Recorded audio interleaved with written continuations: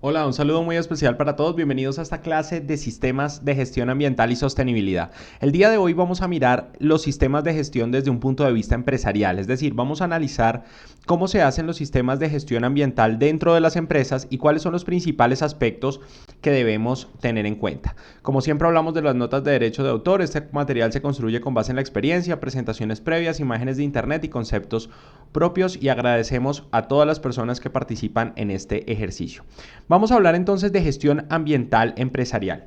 Por ejemplo, hay una tendencia muy importante y esta tendencia actual me pareció muy interesante y es que tras la escasez de palisandro, abeto y caoba, una empresa llamada Christian Martin especializada en el desarrollo de guitarras y muchos artistas pues tienen guitarras de esta marca, pues se dieron cuenta que existía un problema muy grave de desabastecimiento de estas maderas y que podían cambiarse las maderas por madera de abedul y cerezo, que eran básicamente recursos maderables alternativos que podían utilizarse para la construcción de las guitarras. Si nosotros analizamos, por ejemplo, muchísimas cosas que nosotros consumimos o que nosotros utilizamos, no necesariamente deberían hacerse con el material que se están haciendo actualmente. Pudiera cambiarse el material y pudiera hacerse una coalición. Este ejercicio se convirtió en el Music Wood Coalition o coalición de la madera para la música, donde básicamente todas las empresas de guitarras, sobre todo en los Estados Unidos, se pusieron de acuerdo y dijeron, venga, no hay necesidad de utilizar el palisandro y el abeto y la caoba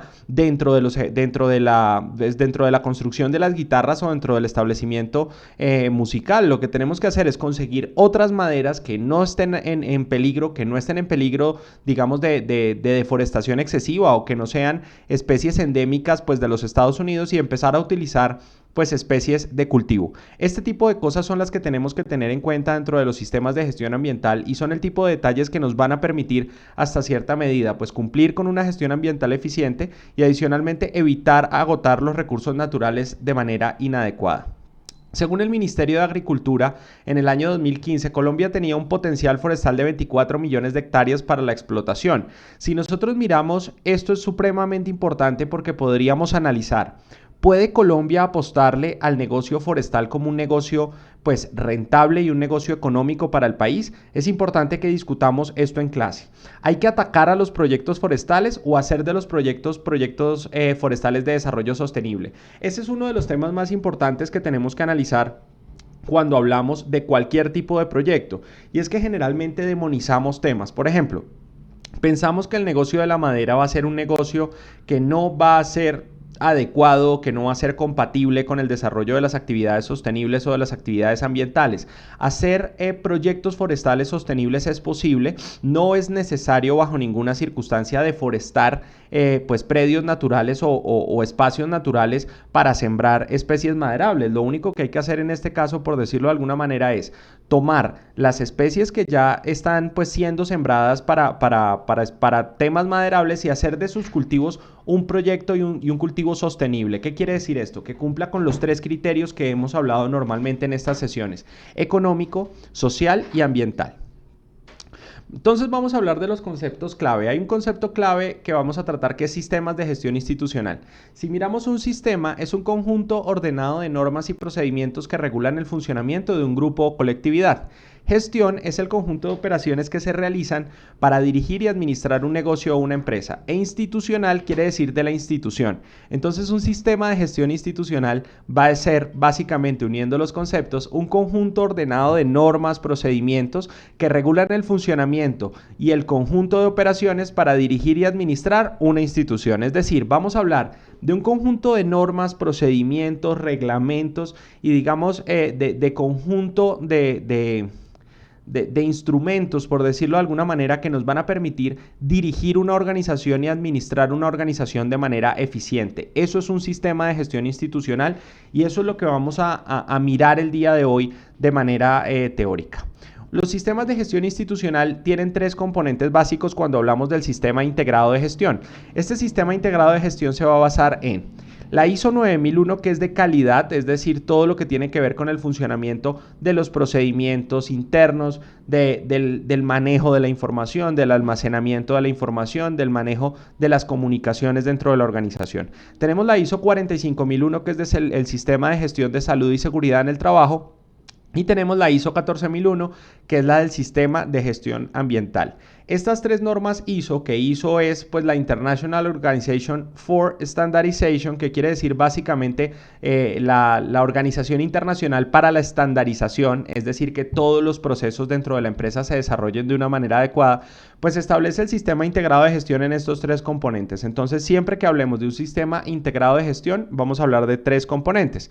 Social, que sería o de trabajo, que sería el sistema de salud del sistema de seguridad y salud en el trabajo. Vamos a hablar de un sistema de calidad para los procedimientos y el manejo de la información y del almacenamiento de la información, y un sistema de gestión ambiental, que es la base, por decirlo de alguna manera, del sistema como tal, pues, o del control ambiental de la empresa. Estos sistemas o los sistemas de la ISO 14001 y de la ISO 14001, ISO 9001 y la ISO 45001 se basan en un procedimiento en cuatro partes, que va a ser planear, hacer, verificar y actuar, o el ciclo PHBA. También se puede decir PDCA, que sería Plan, Do, Check y Act. Entonces es importante tener en cuenta cómo se divide este sistema de gestión institucional y para qué son cada uno de los componentes. Planear. El planear es básicamente establecer los objetivos y procesos necesarios para conseguir los resultados de acuerdo a los requisitos del cliente y las políticas de la empresa. Es decir, planear, organizar, establecer objetivos, establecer procesos e iniciar o visualizar cómo van a ser los procedimientos y los procesos dentro de la empresa. Vamos a tener un hacer, que es el implementar, es decir, el momento en el que yo tomo todas esas cosas o todos esos elementos que planeé y los pongo en marcha y los establezco, empiezo a desarrollarlos.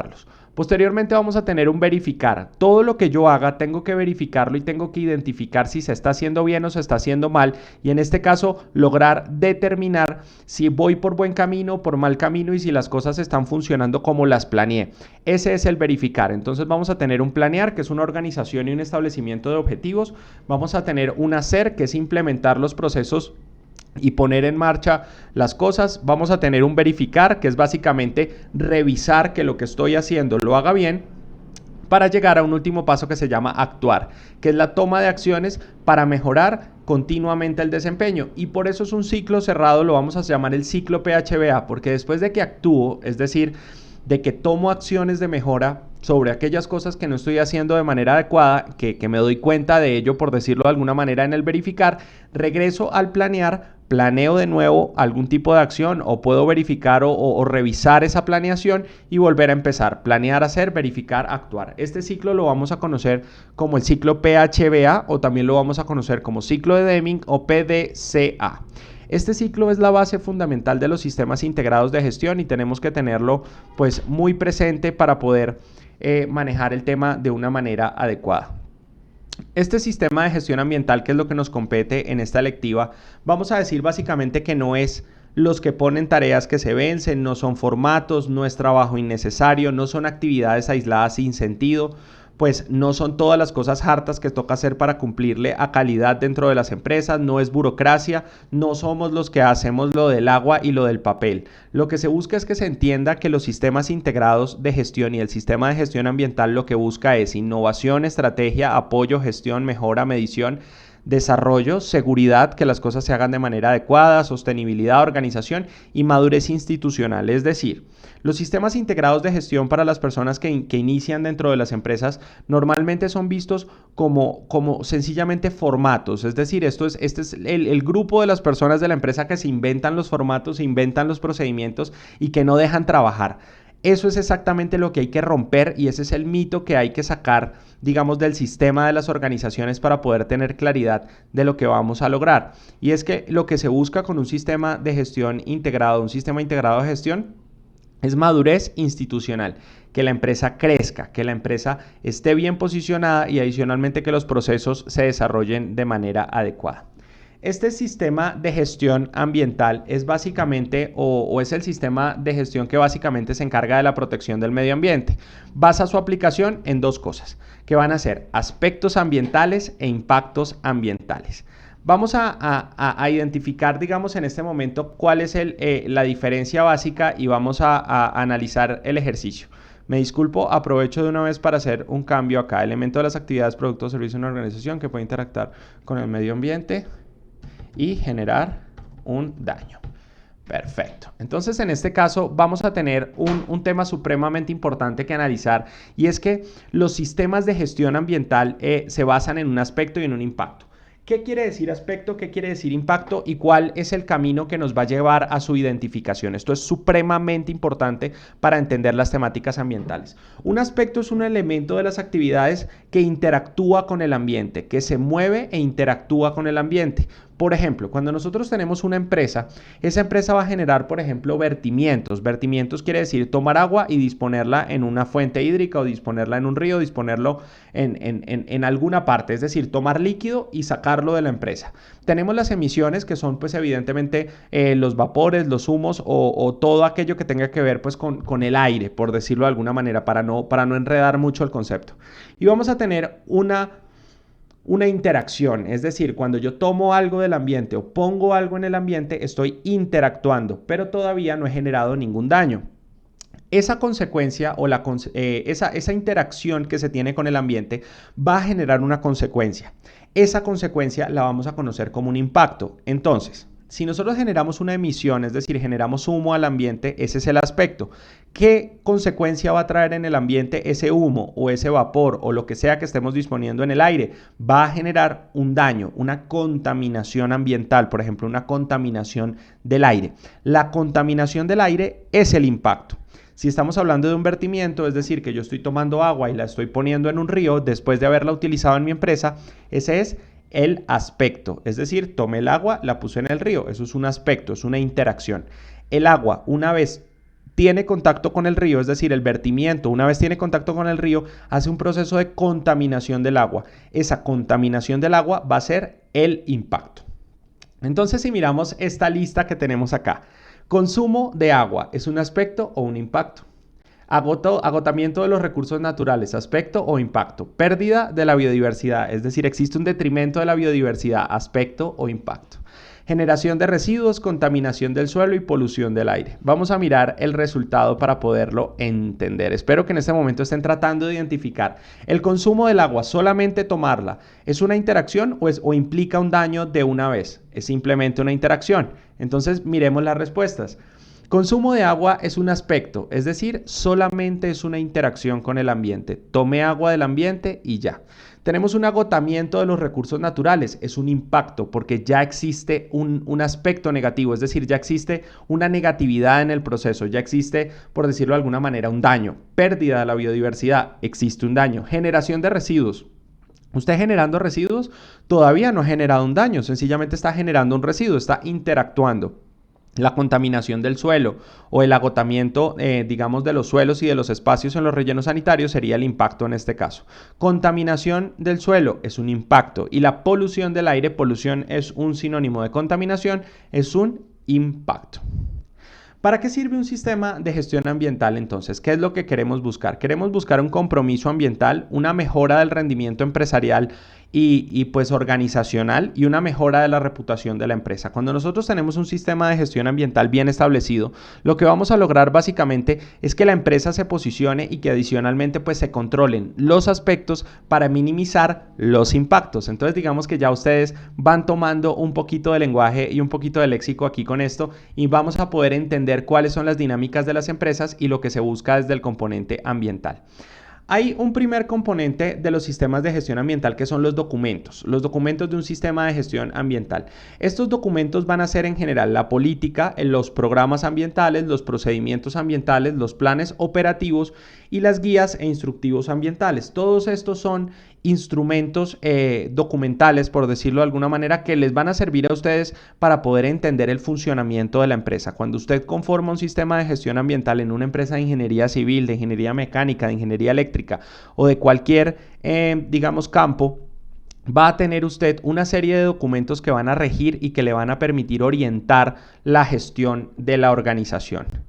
Un ejemplo de la política, por ejemplo, Ecopetrol tenía esta política hasta hace unos años y dice: Ecopetrol es una empresa que integra un mejoramiento continuo, es decir, un ciclo PHBA, y está comprometida con la conservación del ambiente y la extracción responsable de los hidrocarburos utilizados para generar un servicio posterior, por lo cual busca implementar procesos y tecnologías nuevas que contribuyan a mitigar el impacto, que ya sabemos que el impacto surge de un aspecto, es decir, el impacto es un daño, que contribuyan a mitigar el impacto sobre sus territorios y sus componentes durante todas las fases de la operación, generando así un aprovechamiento de los recursos mayor mediante un menor costo económico y ambiental. Si analizamos esta política, tiene un componente que ya hemos analizado en este curso básico de gestión ambiental y es la sostenibilidad, que es ir en 3 vías: social, económica y ambiental. Y adicionalmente le mete el tema de mejoramiento continuo, es decir, que vamos a trabajar bajo un ciclo PHBA, planear las cosas, hacerlas, después verificarlas y posteriormente actuar sobre lo que no está bien. Los programas ambientales básicos que tiene que tener una empresa son calidad del agua, calidad del aire, es decir, manejar un control sobre los vertimientos y sobre las emisiones. Vamos a tener un ahorro y uso eficiente de los recursos, que es el consumo de los recursos, ahorro de papel, compras públicas sostenibles en el caso de las empresas estatales, planes de residuos sólidos y planes de residuos peligrosos. Los residuos sólidos y los residuos peligrosos son distintos, eso lo vamos a ver un poco más adelante, pero es importante entender que cualquier empresa y cualquier obra civil que se esté desarrollando debe tener mínimo estos planes que están acá para poder tener un sistema de gestión ambiental integral. Una correcta gestión documental me va a permitir 2 cosas básicamente: tener siempre los documentos a la mano y correctamente almacenados y utilizar documentos uniformes, oficiales y revisados. Cuando nosotros estamos trabajando en una empresa, por ejemplo, de ingeniería civil, vamos a tener unas operaciones centrales, vamos a tener una oficina central. Esa oficina central tiene muchas obras a su cargo. Si no existe un sistema de gestión ambiental organizado dentro de la empresa, el problema va a ser que van a haber obras, por ejemplo, que se queden sin alguna parte del sistema, sin el tratamiento de los residuos de construcción y demolición, sin el ahorro y uso eficiente del agua y la energía, o sin la disposición adecuada de los residuos líquidos pues a manera de vertimientos. Hay una pregunta digamos que puede servir para ilustrar el siguiente tema.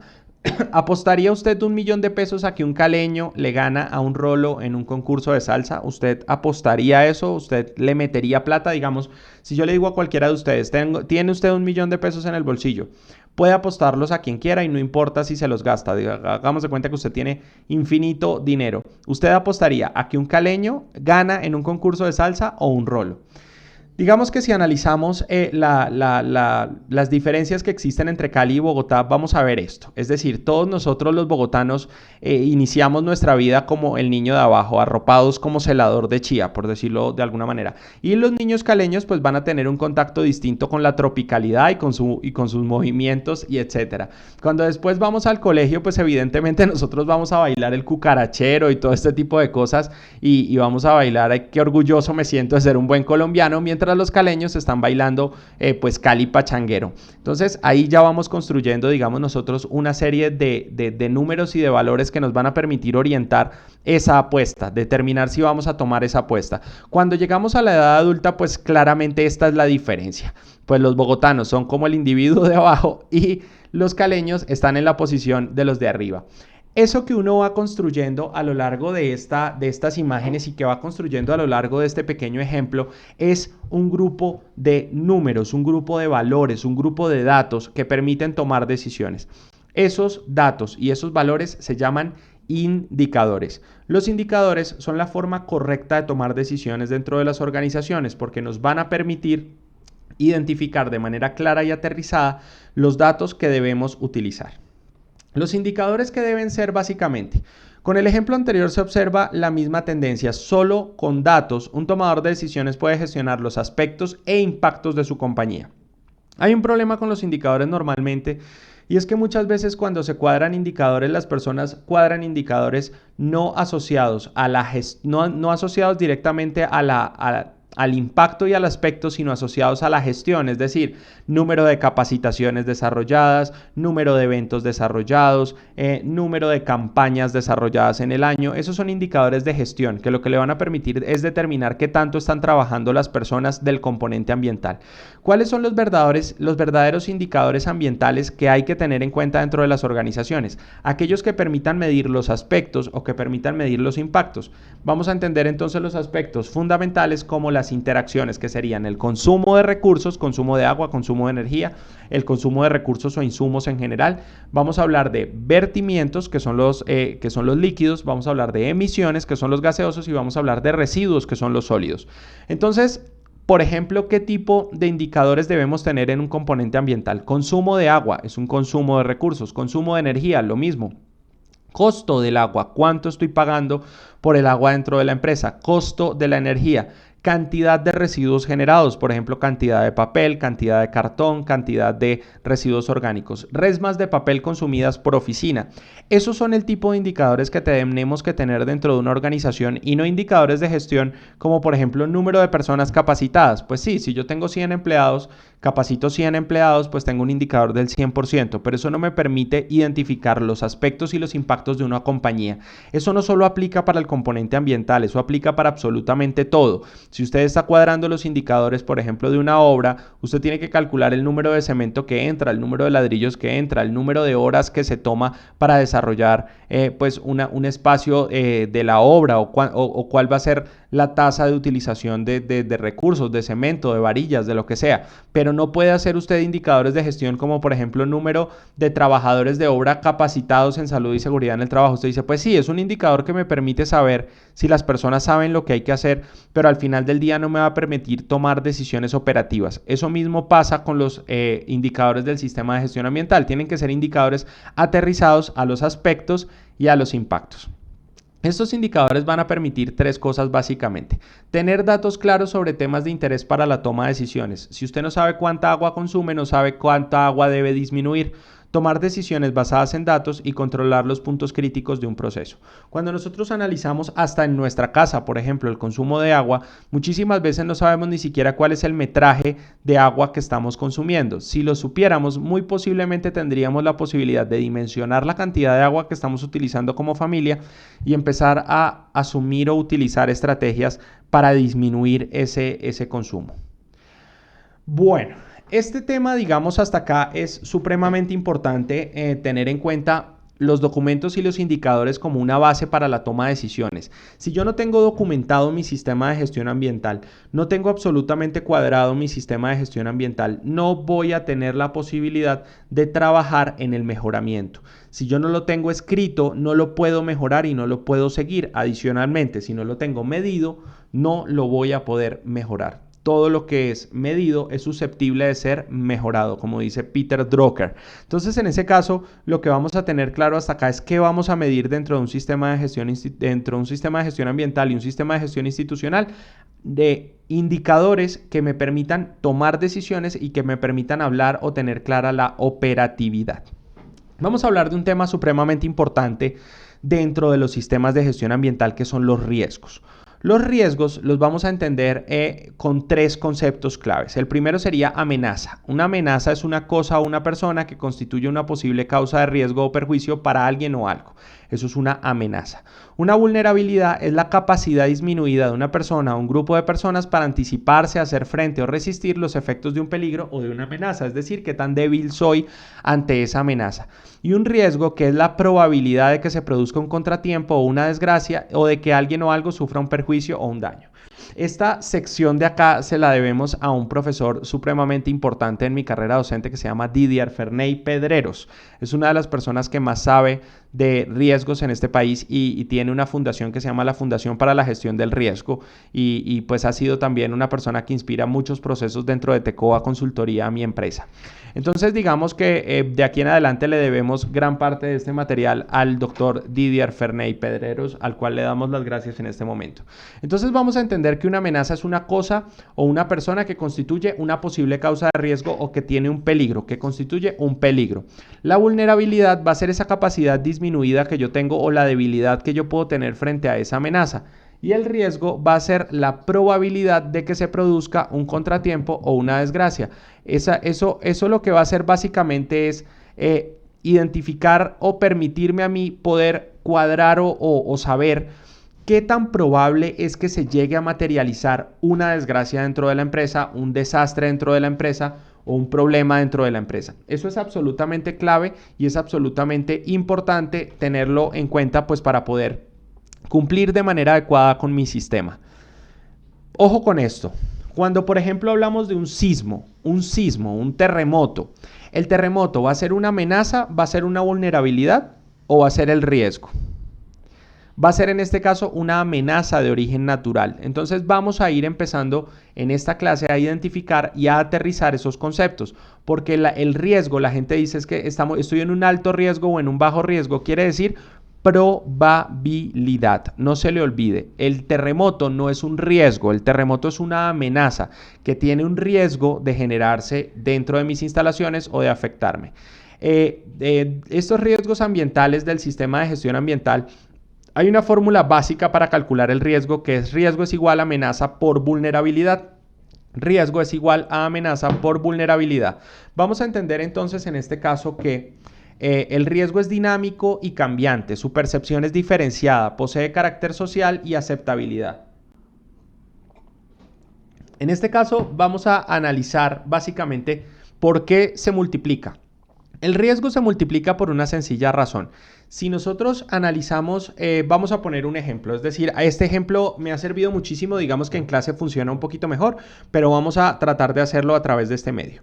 Si nosotros tenemos una calle oscura en la ciudad de Bogotá, tenemos una calle oscura en la ciudad de Bogotá, primer escenario. Al final de la calle hay un ratero, una persona que roba, un ladrón. Está el ladrón parado al final de la calle y tiene un cuchillo en la mano. Entonces tenemos una calle oscura y un ladrón al final de la calle. Si nosotros analizamos este concepto, vamos a entender entonces, tenemos una calle oscura, tenemos un ladrón. Ahora vamos a poner una persona adicional, vamos a poner a una persona muy vulnerable, a una niña de 15 años con $1.000.000 en el bolsillo y se le asoman los billetes por el bolsillo. Esa niña va a empezar a caminar por la calle.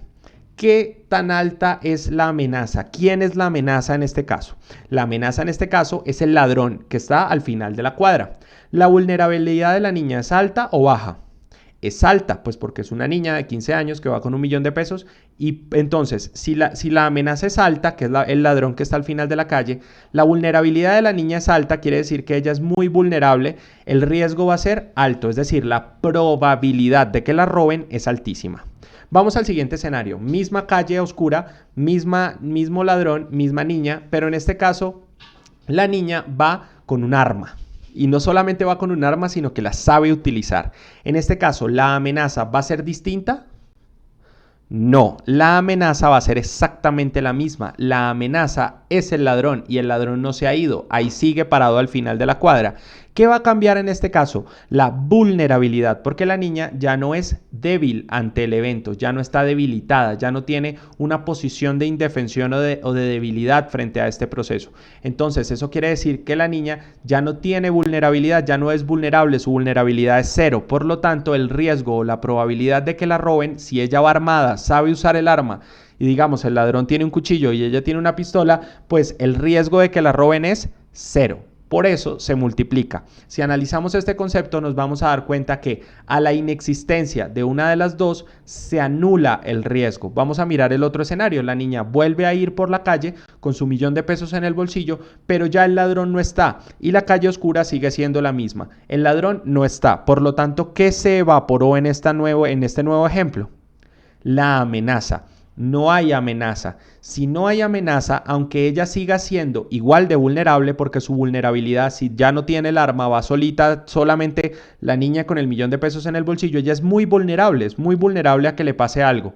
Pero como no hay amenaza, el riesgo se hace cero. Es decir, se multiplica porque a la inexistencia de una amenaza o a la inexistencia de una vulnerabilidad se anula por completo la ecuación. Vamos a mirar amenazas de 3 orígenes fundamentales. Vamos a hablar de amenazas de origen natural y aquí quiero ser enfático en esto que el doctor Didier nos enseñó hace mucho tiempo. Y es que vamos a hablar de origen, no vamos a decir amenazas naturales o amenazas socionaturales o amenazas antrópicas, vamos a hablar de origen. ¿Por qué? Porque esa es la forma en la que usted identifica de dónde viene. Todas las amenazas van a ser naturales si usted lo mira conceptualmente o semánticamente, es decir, si una persona lo ataca a usted con un arma o con un palo y le da un palazo por la cabeza, usted naturalmente se va a morir. Entonces digamos que la palabra natural o naturalmente implica obviedad, por decirlo de alguna manera, o implica una causalidad obvia. Entonces no vamos a decir amenazas naturales porque todo va a ser natural o naturalmente se va a presentar una afectación. Vamos a anteponer la palabra de origen. ¿Qué quiere decir? Esta es una amenaza, es decir, es un peligro de origen, es decir, que viene de la naturaleza, la sociedad o las personas. Vamos a mirar entonces las amenazas de origen natural. Vamos a tener las hidrometeorológicas. Las hidrometeorológicas son aquellas pues que tienen que ver con los sistemas hídricos, con los ríos y adicionalmente con la meteorología, con la climatología. Vamos a tener las geológicas y las combinadas, aquellas que tienen una interacción entre ambas y pues se genera un proceso, por decirlo de alguna manera, conjunto entre las hidrometeorológicas y las geológicas. Las geológicas podemos hablar de las placas tectónicas y de la sismicidad, por ejemplo. Vamos a tener unas amenazas de origen socio-natural. Este es un tema un poquito más aterrizado, ya vamos a dar el punto de diferencia. Vamos a hablar de deslizamientos, avalanchas y avenidas torrenciales. Vamos a decir, por ponerlo en términos un poco más claros para entender, que las amenazas naturales son aquellas que corresponden directamente a la naturaleza, donde la persona no se puso a sí misma en una posición de indefensión. Es decir, que se genera esta amenaza, pero la persona no se puso ahí. Sencillamente la amenaza está, como por ejemplo un sismo. Si en este momento hay un sismo en la ciudad de Bogotá, va a ser una amenaza de origen natural, porque nosotros estamos en una ciudad y no estamos pues pensando en este caso que por la posición de la ciudad vamos a tener una afectación de un sismo en cualquier momento. Nosotros no nos estamos poniendo en una situación de indefensión, sencillamente vivimos en una ciudad. ¿Cuándo se convierte en una amenaza de origen socionatural? Cuando la persona es la que se pone en la posición de indefensión. Quisiera dar un ejemplo de algo que pues pasó en nuestro país muy fuerte o muy complejo, que fue el tema de Armero, cuando se presentó la avalancha de Armero. Por ejemplo, cuando se presenta una avalancha, cuando se presenta una avenida torrencial, o sea, que se presenta un deslizamiento, vamos a ver que muchas poblaciones lamentablemente están ubicadas en un sitio que no las favorece, es decir, se pusieron geográficamente en un sitio impactante. Para los ingenieros civiles esto tiene que ser supremamente claro porque es lo que permite entender que vamos a tener espacios que son mucho más riesgosos que otros, es decir, que hay una probabilidad alta de ocurrencia de un desastre y es por un origen socionatural, es decir, las personas se pusieron ahí. Por ejemplo, en Armero esa ciudad estaba ubicada en todo el ciclo piroclástico o en todo el camino piroclástico del volcán, es decir, si se presentaba un desastre en ese volcán, si el volcán entraba en erupción, era obvio que por el flujo iba a pasar por Armero.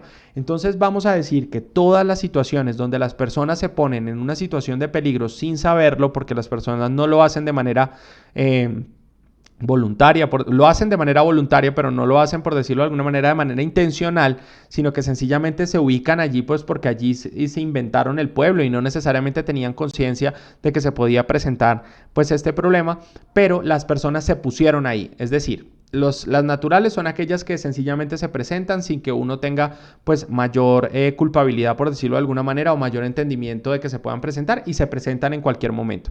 Y las socionaturales son aquellas donde yo me puse en una situación de indefensión y pues básicamente ocurrió el desastre. Tenemos las antrópicas que pueden ser premeditadas o no premeditadas. Las no premeditadas son aquellas que de origen antrópico quiere decir que vienen de las personas, de otras personas. No premeditado quiere decir que no se pensó en hacerlo, es decir, no fue una intención, no fue algo causado directamente pues pensando en hacerlo, como por ejemplo la contaminación. Nosotros tenemos la tendencia a pensar que la contaminación es premeditada, que la gente contamina porque quiere contaminar.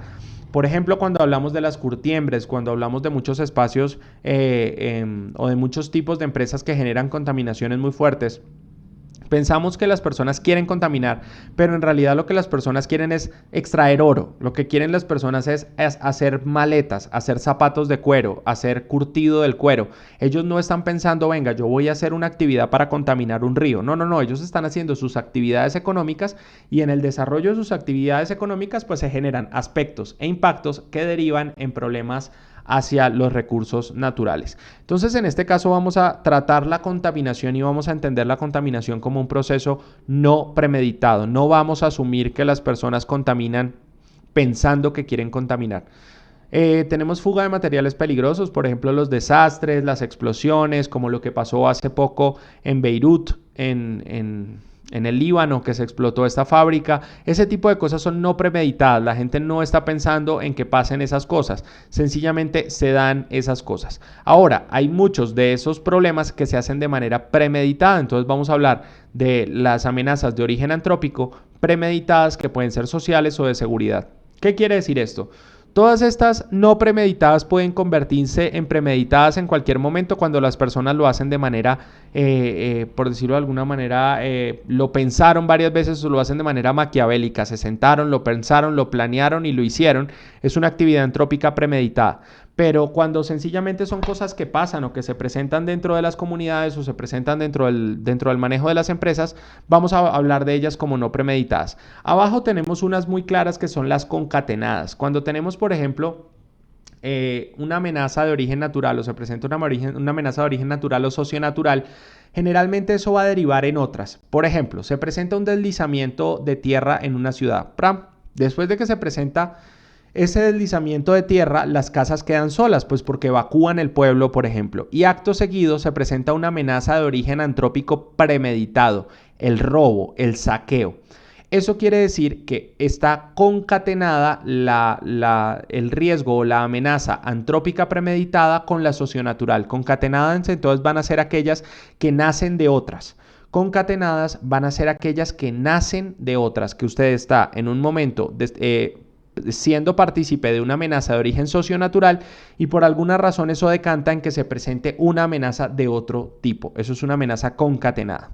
Vamos a tener vulnerabilidad de diferentes tipos. Van a haber vulnerabilidades naturales, ambientales, físicas, económicas, sociales, políticas, ideológicas, técnicas, educativas e institucionales. La gente es débil frente a las amenazas por distintos factores, no es un solo factor. Por ejemplo, las personas que tienen bajos recursos económicos pueden ser más débiles o más susceptibles ante algún tipo de amenaza que otros. Las personas que viven en casas de madera, por ejemplo, en el mar, sufren más que las personas que viven en apartamentos pues que son de ladrillo, de materiales. Pues porque evidentemente el huracán se lleva más fácilmente las casas de madera. Eso también va a ser una amenaza física, estructural. En este caso hablando pues de la estructura de las viviendas. Vamos a tener, por ejemplo, factores ideológicos dentro de la vulnerabilidad. Por ejemplo, cuando analizamos la India es un país donde el uso de elementos de protección personal es bajísimo. La gente no utiliza EPPs, casco, guantes, gafas, ni siquiera zapatos. Muchísimas personas trabajan en fundiciones de vidrio o en fundiciones de acero sin zapatos. ¿Por qué? Porque ideológicamente ellos consideran que su dios o sus dioses los están protegiendo en todo momento y que en el momento en que se materialice una amenaza, se materialice un riesgo, se presente algún tipo de problema o de emergencia, sencillamente fue que los dioses decidieron que eso fuera así. Es decir, que ellos pueden andar, por decirlo de alguna manera, con el casco o sin el casco, que igual en caso de que los dioses consideren que deben llevarse a esta persona o causarle algún tipo de lesión o daño, lo van a hacer. Entonces ahí estamos hablando de una vulnerabilidad ideológica o una vulnerabilidad social o religiosa. La persona piensa sencillamente que está protegida ante cualquier cosa por sus dioses. Entonces digamos que en este caso no vamos a entrar en discusiones sobre ese tema, pero podemos decir que la vulnerabilidad tiene muchas caras y muchos factores y es lo que va a determinar qué tan probable es que se presente un riesgo. Si analizamos este tema de la probabilidad, ya lo habíamos analizado como amenaza y vulnerabilidad. Si no existe una de las dos, entonces finalmente no va a existir el riesgo. Vamos a hablar de una primera visión del riesgo como se presentó al principio. Esto va desde el inicio de la humanidad hasta más o menos 1900, 1950, es decir, dura toda la época, dura desde que se inició el mundo hasta ahorita. No vamos a asumir, digamos, que somos los primeros en este planeta, entonces digamos que esto tiene prácticamente pues 4.000 millones de años. Esta es una época negra, sí, digamos que es una época negra, es decir, que es una época en la que vamos a tener muchísima oscuridad y muchísimo oscurantismo y es una época en la que el riesgo no era manejado de manera adecuada, es una época mítico-religiosa. Desastre es una palabra que viene de desastrum, que quiere decir sin astro, es decir, sin Dios. La palabra desastre ya de por sí le está indicando a usted hacia dónde van los tiros. Le está diciendo que usted se alejó de Dios o que está sin Dios o que está sin los astros y por eso ocurrió lo que ocurrió, por eso ocurrió algo malo. Vamos a hablar de los dioses nuestros, por ejemplo, el Espíritu Santo, Dios.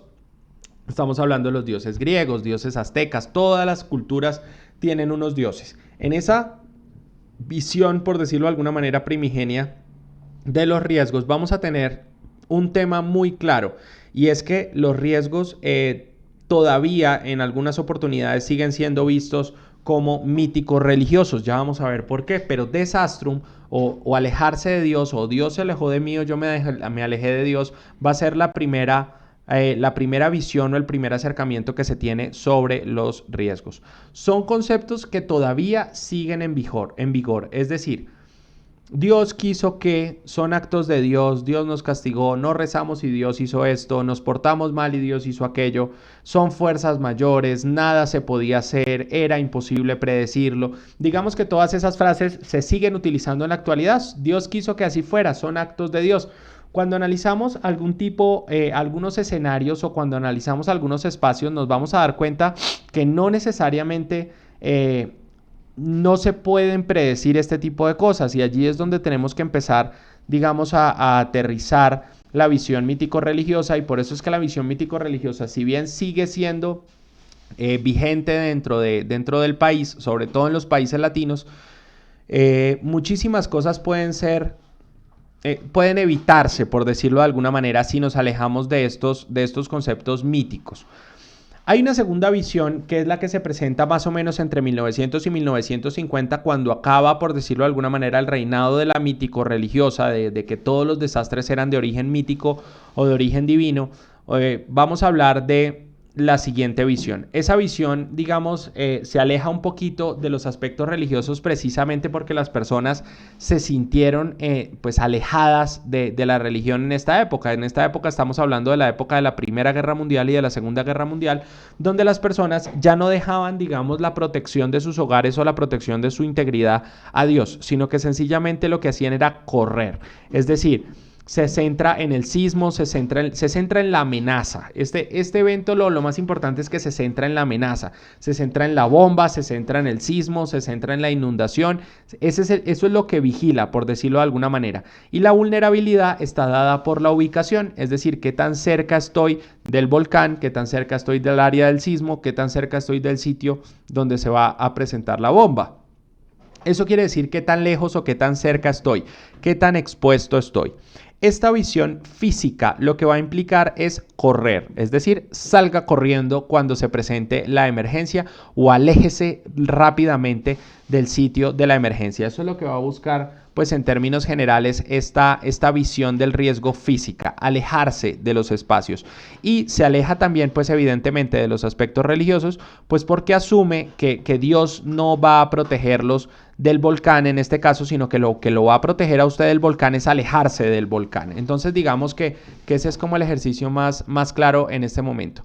Esa visión del riesgo 3 va a ser una visión un poquito más aterrizada, que es la visión sociotécnica, que ya es un tema un poco más complejo como lo estamos manejando en este momento. Vamos a hablar de unos espacios físicos donde se van a ubicar los distintos elementos para la atención del riesgo. Por ejemplo, si analizamos este esquema que tenemos acá, nos damos cuenta que acá está el lugar del incidente en la parte superior izquierda. Vamos a tener un lugar de reunión de heridos y vamos a llevar esos heridos a una morgue provisional, pues para las personas que lamentablemente hayan fallecido. Y del lugar de heridos también vamos a tener un control de evacuación para poder sacar a las personas que tengan que ser llevadas pues a centros hospitalarios. No existe una interacción del centro de evacuación a la morgue pues para que las personas que están siendo evacuadas no se devuelvan para hacer una verificación o pues para digamos buscar personas porque eso puede generar más riesgos y más problemas. Vamos a tener un punto de reunión de los evacuados ilesos que como vemos tampoco tiene pues tampoco se une ni con los lugares de heridos ni con dan morgues provisionales, vamos a tener un puesto avanzado de mando, que son las personas que controlan el evento, un estacionamiento para los vehículos, un puesto de reunión de los socorristas, puestos sanitarios avanzados, lugar de aterrizaje de helicópteros. Este tipo de cosas y este tipo de organizaciones son las que se tienen en la visión sociotécnica. Es decir, ya empezamos más o menos en esta época, ya vamos a mirar cuando inicia, a organizar la atención de las emergencias. Esta visión sociotécnica tiene 4 puntos fundamentales. Atender la emergencia es uno de los puntos principales y de lo primero que vamos a hacer. Llegar rápido al sitio del evento, pues para poder solucionar el problema lo antes posible. Va a tratar sobre equipos multidisciplinarios, es decir, vamos a tener enfermeros, vamos a tener doctores, vamos a tener ingenieros, vamos a tener pues toda una serie de profesionales que nos van a permitir atender esta emergencia, dentro de los que adicionalmente podemos encontrar, por ejemplo, equipos de psicología. Ya en este momento se empieza a entender que las personas en una condición de riesgo pues tienen unas afectaciones psicológicas que se deben manejar y tener en cuenta. Surgen los números únicos de atención de emergencias. Acá voy a hacer un alto para que conversemos sobre un tema que ha sido polémico en nuestro país y es la organización del número único de atención de emergencias. El número único de atención de emergencias es 123. En Colombia es 123. Vamos a mirar varios problemas que tiene este número único de atención de emergencias. Primer problema. Todos los niños del mundo aprenden a contar en el orden de los números. 1, 2, 3, 4, 5, 6, 7, 8, 9, 10. Cuando nosotros enseñamos a un niño a contar y empieza a identificar los números, esos números le van a llamar la atención. Por lo tanto, si usted tiene un teléfono en la casa y el niño lo coge de manera, digamos, equivocada o lo coge para jugar, lo primero que va a marcar es lo primero que aprendió. 1, 2, 3. Entonces, ya por ahí vamos a empezar a notar que el número único de atención de emergencias de Colombia está mal hecho. Es decir, permite o induce al error de una manera muy grave. 1, 2, 3 es un número muy fácil de aprender. Digamos que muchas personas dicen, no, el número está bien porque es fácil de aprender. No, desde mi punto de vista y desde el punto de vista de muchos profesionales está mal porque es fácil de aprendérselo. Entonces, finalmente los niños jugando pueden terminar llamando al 1, 2, 3.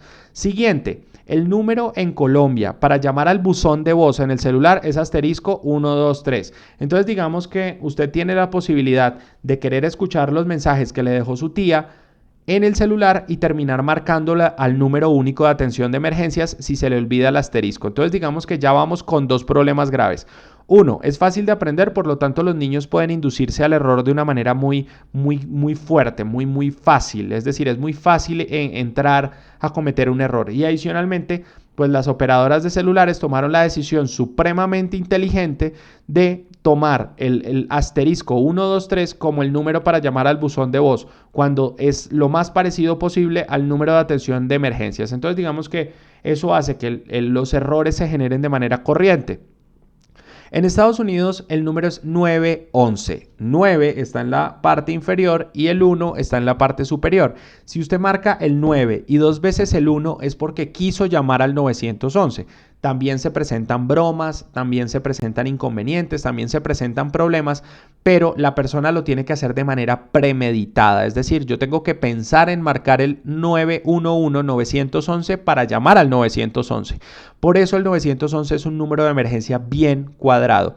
Ahora, ¿qué pasa? Por ejemplo, en nuestro país, si se marca el 123, y nadie habla, lo más probable es que el operador cuelgue. Es decir, a menos de que escuche algo grave, algo raro, unos gritos o algo así, el operador cuelga. Puedes llegar a asumir que se presentó un error. Aunque existen protocolos, pues evidentemente para que no pasen este tipo de cosas, puede llegarse a dar el caso en que se asuma que es un error. En Estados Unidos funciona distinto. Si usted marca el 911 y usted no puede hablar porque se está ahogando, porque se acaba de desmayar, porque hay un ladrón en su casa o cualquier cosa que esté pasando, el hecho de que usted haya marcado 911 implica que lo hizo de manera consciente y lo hizo premeditadamente. Por lo tanto, la policía manda una patrulla a ver qué pasa en esa casa. ¿Por qué marcaron el 911 sin haber hablado, por ejemplo? Entonces, por eso es que usted ve en las películas que la gente marca el 911 y cuelga rápido e igual la policía llega. aunque digamos que nunca entra y se vuelve bastante tonto el tema, pero pues por lo que son películas. Pero si usted marca el 911 y no habla, lo más probable es que la policía indague e indague hasta que determine qué fue lo que pasó, por qué se marcó el número. Vamos a hablar de una visión del riesgo 4, que sería una visión sociocultural, y una visión del riesgo 5, que es la visión holística. En eso nos encontramos en este momento. Entonces ya en esta visión entendemos que los riesgos no son causados por Dios, son causados por el hombre y sus decisiones erróneas y su imprudencia. Es una disciplina de múltiples profesionales y responsables, es dinámica, cambiante y se ajusta a las necesidades de las poblaciones. En este caso, digamos que si bien el aspecto religioso es muy importante en nuestro país y para la espiritualidad pues latina, vamos a entender que también hay una frase que también está en los instrumentos religiosos que dice: ayúdate que yo te ayudaré. Entonces digamos que si bien Dios protege a la gente y a las poblaciones, pues claramente si usted hace lo que aparece en esta imagen, miremos acá, esto es una montaña, tenemos un pueblo, tiene un río de este lado con una curva hacia adentro, lo que quiere decir que en caso de que este río crezca, sigue derecho por acá por esta margen, es decir, va a seguir derechito aquí para conectarse acá abajo, o se va a abrir por acá, por lo tanto todas estas casitas están en riesgo, y adicionalmente tiene de este lado otro río que muy posiblemente cuando se crece hasta acá. Entonces vamos a tener dos ríos y un pueblo en la mitad. Ojalá esta montaña que está acá también se deslice, o sea, un volcán, y tenemos por ahí cuatro cosas por las cuales, o cuatro elementos por los cuales este pueblo está en riesgo absoluto. Entonces, ¿de qué se va a tratar esta nueva visión holística final? Entonces vamos a hablar de que tenemos un hito, que es el riesgo futuro. Vamos a analizar el riesgo para adelante, que eso es algo que no se hacía en las primeras visiones. Vamos a analizar el riesgo actual, es decir, en este momento qué probabilidad existe de que se presente un problema. Vamos a hablar en un hito 3 del desastre. Es decir, una vez se presenta el desastre, ¿qué hago? ¿Cómo lo manejo? ¿Cómo lo trabajo? Y los efectos, es decir, las consecuencias que deja el desastre una vez se presenta, también deben ser gestionadas. La reconstrucción, pues hacer de nuevo los espacios que fueron afectados, etcétera, etcétera. Vamos a generar conocimiento sobre la cultura del riesgo de desastre en sus diferentes ámbitos. Cultura del riesgo, es decir, cultura de la prevención y de la mitigación de los riesgos, y adicionalmente de la atención de los desastres y de los efectos causados por los desastres, porque lo que va a buscar esto entonces es generar una cultura del riesgo para prevenir el riesgo futuro, aquel riesgo que identifico que se pueda llegar a presentar, prevenirlo, reducir el riesgo existente, el que existe en este momento, pues hacer que sea más bajito, preparar la respuesta, responder en el momento en que se presente el desastre y finalmente recuperar y reconstruir. Estos son los pasos de la nueva visión del riesgo y de lo que vamos a conocer en este momento como la atención de desastres o la gestión del riesgo de desastres. Entonces esta fórmula también se utiliza en algunos espacios como amenaza por vulnerabilidad por exposición, es decir, por qué tan expuesto me encuentro. Sin embargo, lo pudiéramos resumir, como les digo, en amenaza por vulnerabilidad, ya que la exposición la podemos considerar una vulnerabilidad física, ¿sí? Es decir, la amenaza pues va a ser el peligro, la vulnerabilidad va a ser qué tan débil estoy y la exposición es qué tan cerca o qué tan lejos estoy. Sin embargo, para mí la vulnerabilidad física ya incluye la exposición, por lo tanto yo quitaría la exposición. Hay autores que siguen utilizando la exposición o ponen amenaza por vulnerabilidad en función de la exposición, pero finalmente lo importante es entender que si yo no estoy expuesto, no estoy cerca del elemento, pues no hay riesgo. Si yo no tengo vulnerabilidad, es decir, no tengo ninguna debilidad frente al riesgo, no hay riesgo. Y si no hay amenaza o peligro, no hay riesgo. Entonces digamos que por eso es que todo se multiplica al final del día. No lo olvide, porque a la inexistencia de uno de ellos no va a haber riesgo, porque el riesgo es la probabilidad de ocurrencia. Si se conocen los riesgos del proceso, se puede. Qué pena con ustedes que se montan esto, lo que pasa es que lo estoy proyectando directamente de Google Drive y me pasa esto con regularidad. Conocer las amenazas a las que se expone el proceso, saber qué hacer en caso de que se materialice un riesgo, tener un plan para disminuir el impacto o la probabilidad de que se materialicen los riesgos y finalmente saber qué tan vulnerable es el proceso ante las amenazas. Entonces, vamos a entender que cuando se presentan este tipo de cosas, los riesgos se pueden convertir, por decirlo de alguna manera, en una falencia o en un problema para las empresas. En este video vamos a ver si lo puedo proyectar en este momento. Este video es un video pues muy interesante en el que podemos ver cómo se manejan las amenazas y cómo el riesgo se puede convertir en una oportunidad. Espero que se escuche, permítanme un segundito.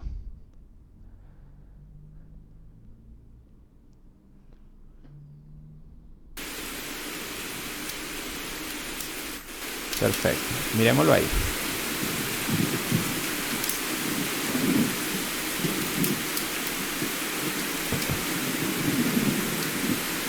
Impresionante, a mí me parece impresionante ese video. Uf, ahí casi le casco.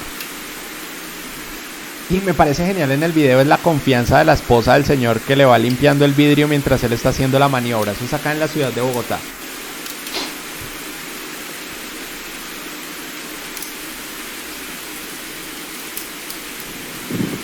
El camino se hace. Chevrolet.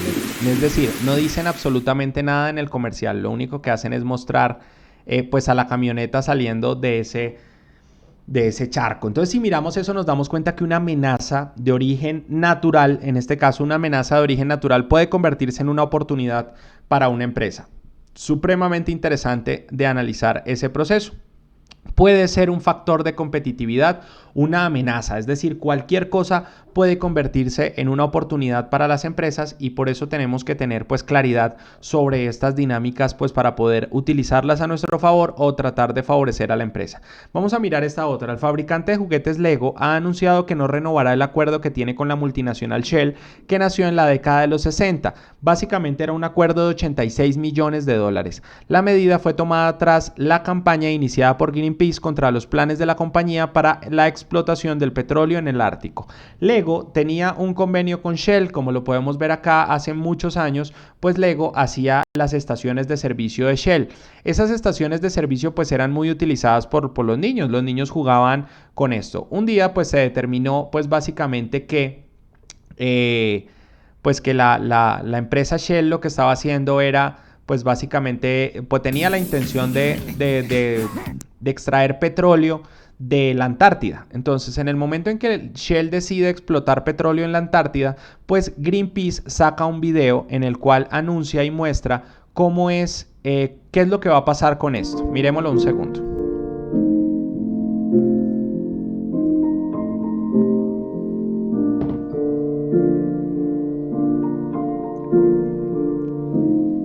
Entonces, si miramos, pues todo lo hicieron con Lego, es decir, tomaron figuras de Lego e hicieron la Antártida en la explotación petrolera.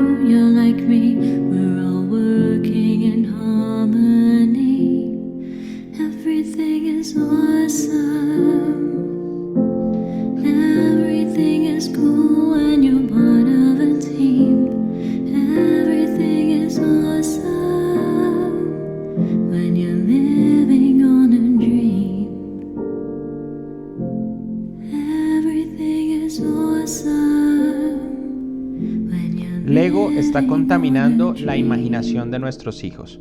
Entonces, si analizamos pues esa expresión tan fuerte, nos vamos a dar cuenta que el simple hecho de que se haya presentado un riesgo, una probabilidad de un riesgo, es decir, que Shell haya decidido pues hacer explotación petrolera en el Ártico, llevó a Greenpeace a hacer un video sobre Lego, es decir, ni siquiera sobre Shell, ni siquiera atacando a Shell, sino atacando a Lego como empresa pues de juguetes para niños. En este caso, el riesgo o la probabilidad de que se presente, que se materialice un riesgo de origen pues antrópico, no premeditado en este caso, o premeditado dependiendo de cómo lo queramos ver en el Ártico, implica una reducción en las ganancias de Lego, que es una empresa de juguetes que no tiene nada que ver con este tema. Entonces ahí es donde quiero que analicemos y nos posicionemos en el tema de que la problemática ambiental puede convertirse de un momento para otro y muy rápidamente en una problemática empresarial, en una problemática económica. Vamos a mirar este otro componente de los sistemas integrados de gestión, que es la mejora continua o Kaizen o Change for Good, cambiar para bien. El Kaizen básicamente es la forma en la que vamos a mejorar y en la que vamos a llevar los procesos de mejora de una empresa para poder cumplir con los objetivos de manera adecuada. Cuando hablamos de Kaizen o cuando enfocamos el tema del Kaizen, nos vamos a dar cuenta de lo siguiente. Kaizen quiere decir mejora continua, cambiar para bien, pero las cosas se hacen despacio, las cosas se hacen de manera paulatina. Por ejemplo, muchos de ustedes es posible que hayan tratado de dejar de fumar. No sé si alguno de ustedes fuma, espero que ninguno lo haga, pero en caso de que lo hayan tratado de dejar, saben, digamos, de qué se trata esto. Cuando usted trata de dejar de fumar, tiene dos opciones. O dice, a partir de mañana no voy a volver a fumar y las probabilidades es que en 3 meses lo esté haciendo de nuevo. O lo puede hacer a través de un método Kaizen. ¿Qué es el método Kaizen? Hacerlo poquito a poquito. Suavecito, ¿sí? Es decir, usted va a coger, por ejemplo, y dice, listo, ya no me voy a fumar una cajetilla de cigarrillos, sino solamente 10. Entonces usted saca 10 y solamente hace uso de ellos. Posteriormente dice, ¿sabe qué? Ahora solamente voy a fumar cuando esté después del mediodía. Ahora solamente voy a fumar cuando esté tomando algún trago. Y usted empieza a generar algún tipo de dinámica o de proceso paulatino, poco a poco, que le va a permitir lo que llamamos victorias tempranas. Ganar de a poquitos. Eso es lo que es Kaizen y ese es el ejercicio Kaizen en general, mejorar de a poquitos. Cuando yo estaba en la Dirección General Marítima del Ministerio de Defensa, digamos, se estableció un proceso fuerte para eliminar las canecas, es decir, las canecas eran un problema dentro de la gestión de residuos sólidos porque usted se daba cuenta que las personas disponían los residuos directamente en las canecas de sus puestos y no iban al punto ecológico a hacer la separación de residuos, es decir, a poner los residuos en las 3 canecas que ya conocemos acá en clase, la azul, la gris y la verde. La gente no hacía eso, sino que sencillamente tenía canecas en el puesto. ¿Qué nos ideamos o qué se ideó en la Dirección General Marítima en ese momento? Había la forma o la posibilidad de quitar las canecas. Es decir, eso era lo que había que hacer, quitar las canecas. Pero se tomó la decisión de no quitarlas, sino de poco a poco ir llevando a las personas a quitarlas. Nos inventamos una campaña que se llamaba la campaña del cangrejo, que era básicamente un concurso donde si se utilizaba el punto ecológico de manera adecuada, las personas podían tener la posibilidad de salir más temprano un viernes. Empezamos a hacer este concurso poco a poco y la gente se empezó a dar cuenta sola de que el problema del punto ecológico eran las canecas. Como la gente quería ganar, empezaron a discutir entre ellos dentro de la oficina sobre la mejor forma de utilizar el punto ecológico y llegaron solos a la conclusión de que había que quitar las canecas. Un día nos solicitaron a nosotros recoger las canecas desde el componente ambiental porque las canecas perjudicaban el concurso de la campaña del cangrejo. Si usted se da cuenta, esto lo podemos considerar también un proceso de mejora continua, Kaizen. Lo lógico hubiera sido quitar las canecas, pero ahí nos hubieran cogido muchísima rabia a todas las personas del componente ambiental, pues por disminuirle la calidad de vida a las personas de la empresa o de la organización. Entonces, ¿qué hicimos básicamente? Eliminar el problema haciendo un proceso paulatino a través de un concurso que permitió llegar a la misma solución, pero poco a poco y de manera sostenida en el tiempo. Utilizar correctamente las acciones de mejora le permite identificar todo lo que puede hacer para lograr la excelencia, atacar los aspectos o acciones donde no estamos logrando nuestro mejor desempeño, gestionar los procesos de raíz para ser más eficientes, más eficaces y más efectivos y mejores. Básicamente las mejoras son el compromiso de toda la organización.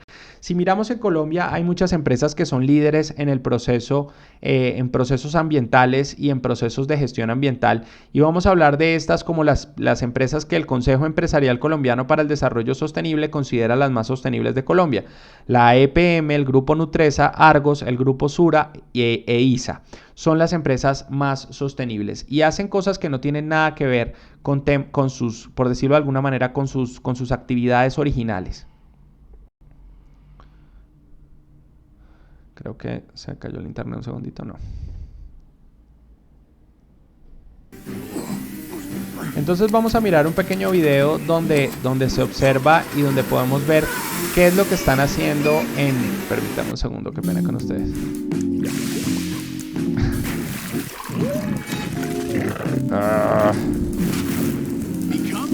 No me dejó saltar el anuncio. Me imagino que será una nueva estrategia.